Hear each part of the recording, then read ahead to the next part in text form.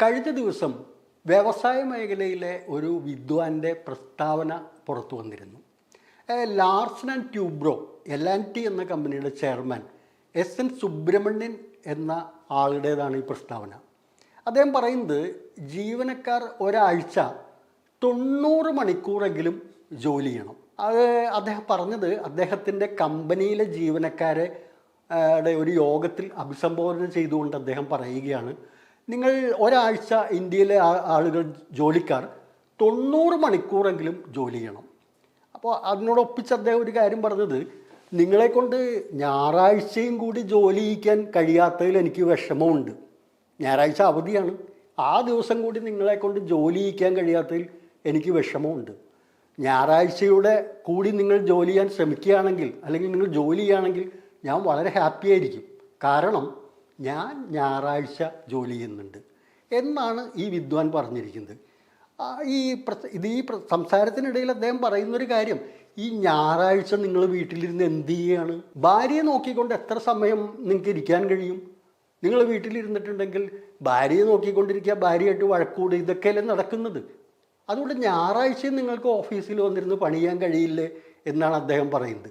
പിന്നെ അദ്ദേഹം പറഞ്ഞു, ചൈനക്കാർ വളരെ കൂടുതൽ സമയം ജോലി ചെയ്യുന്നുണ്ട്. ഇന്ന് മറ്റു പല രാജ്യങ്ങളിലുമൊക്കെ ജോലി സമയം കൂടുതലാണ്, ജോലി ചെയ്യുന്നുണ്ട്. അതുകൊണ്ട് നിങ്ങളിവിടെ ഞായറാഴ്ചയും ജോലി ചെയ്യണം, ആഴ്ചയിൽ 90 മണിക്കൂർ ഇന്ത്യയിലെ തൊഴിലാളികൾ ജോലി ചെയ്യണം എന്നുള്ളൊരു പ്രസ്താവന അദ്ദേഹം നടത്തുകയുണ്ടായി. അപ്പോൾ ഇതിനു മുമ്പ് വേറൊരു വിദ്വാൻ്റെ പ്രസ്താവന വന്നിരുന്നു, NR നാരായണമൂർത്തി. അദ്ദേഹം പറഞ്ഞത് 70 മണിക്കൂറെങ്കിലും ജോലി ചെയ്യണം. അതായത് ഇൻഫോസിസിൻ്റെ സ്ഥാപക ചെയർമാനായിട്ടുള്ള ആളാണ് NR നാരായണമൂർത്തി. 70 മണിക്കൂറെങ്കിലും ഇന്ത്യയിലെ ജീവനക്കാർ ജോലി ചെയ്യേണ്ടിയിരിക്കുന്നു എന്നൊക്കെയാണ് അദ്ദേഹം പറഞ്ഞത്. അതിനെ പിന്തുടർന്ന് പല ആളുകളും ഇന്ത്യയിലെ ആളുകൾ ജോലി ചെയ്യുന്നില്ല, കൂടുതൽ സമയം ജോലി ചെയ്യണം എന്നൊക്കെ ഈ വ്യവസായ രംഗത്തെ പ്രമുഖരായിട്ടുള്ള മാന്യന്മാർ ഇങ്ങനെ നമ്മൾ ഉത്ബോധിപ്പിച്ചുകൊണ്ടിരിക്കുന്നുണ്ട്.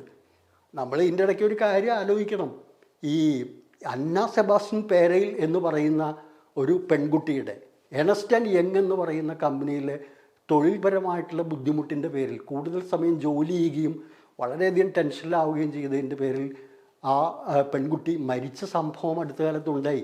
അതുപോലെ തന്നെ ജോലിയുടെ സമ്മർദ്ദം മൂലം കുഴഞ്ഞു വീഴുകയും മരിക്കുകയും ഒക്കെ ചെയ്തിട്ടുള്ള ആളുകളുടെ നിരവധിയായ കഥകൾ, റിപ്പോർട്ടുകൾ പുറത്തു വന്നുകൊണ്ടിരിക്കുന്നത്. ഈ സമയത്താണ് പറയുന്നത് ഞായറാഴ്ചയുടെ ജോലി ചെയ്യണം, ആഴ്ചയിൽ 7 ദിവസം എന്നുള്ളത് ജോലി ചെയ്യണതിന് എന്താണ് കുഴപ്പം, അവധിയുടെ ആവശ്യം എന്താണ് എന്നൊക്കെയാണ് ഇവർ ചോദിക്കുന്നത്. ഇനി ഈ സുബ്രഹ്മണ്യൻ്റെ കാര്യം നമ്മളൊന്ന് പരിശോധിക്കുമ്പോൾ ഈ വിദ്വാൻ്റെ ശമ്പളം നമ്മളൊന്ന് നോക്കണം. അതായത് കഴിഞ്ഞ വർഷം അദ്ദേഹം മേടിച്ച സാലറി എന്ന് പറയുന്നത് 51 കോടി രൂപയാണ്. എല്ലാ ആനുകൂല്യങ്ങളടക്കം ഒരു വർഷം അദ്ദേഹം മേടിച്ച ശമ്പളം എന്ന് പറയുന്നത് 51 കോടി രൂപയാണ്. അദ്ദേഹത്തിൻ്റെ കമ്പനി ഈ L&T കമ്പനിയിലെ ജീവനക്കാരുടെ ശരാശരി ശമ്പളത്തിൻ്റെ 534.57 ഇരട്ടിയാണ് ഈ ശമ്പളം എന്ന് പറയുന്നത്. നമ്മളാരുമല്ല, ഇന്ത്യൻ എക്സ്പ്രസ് ദിനപത്രം പറഞ്ഞതാണ്.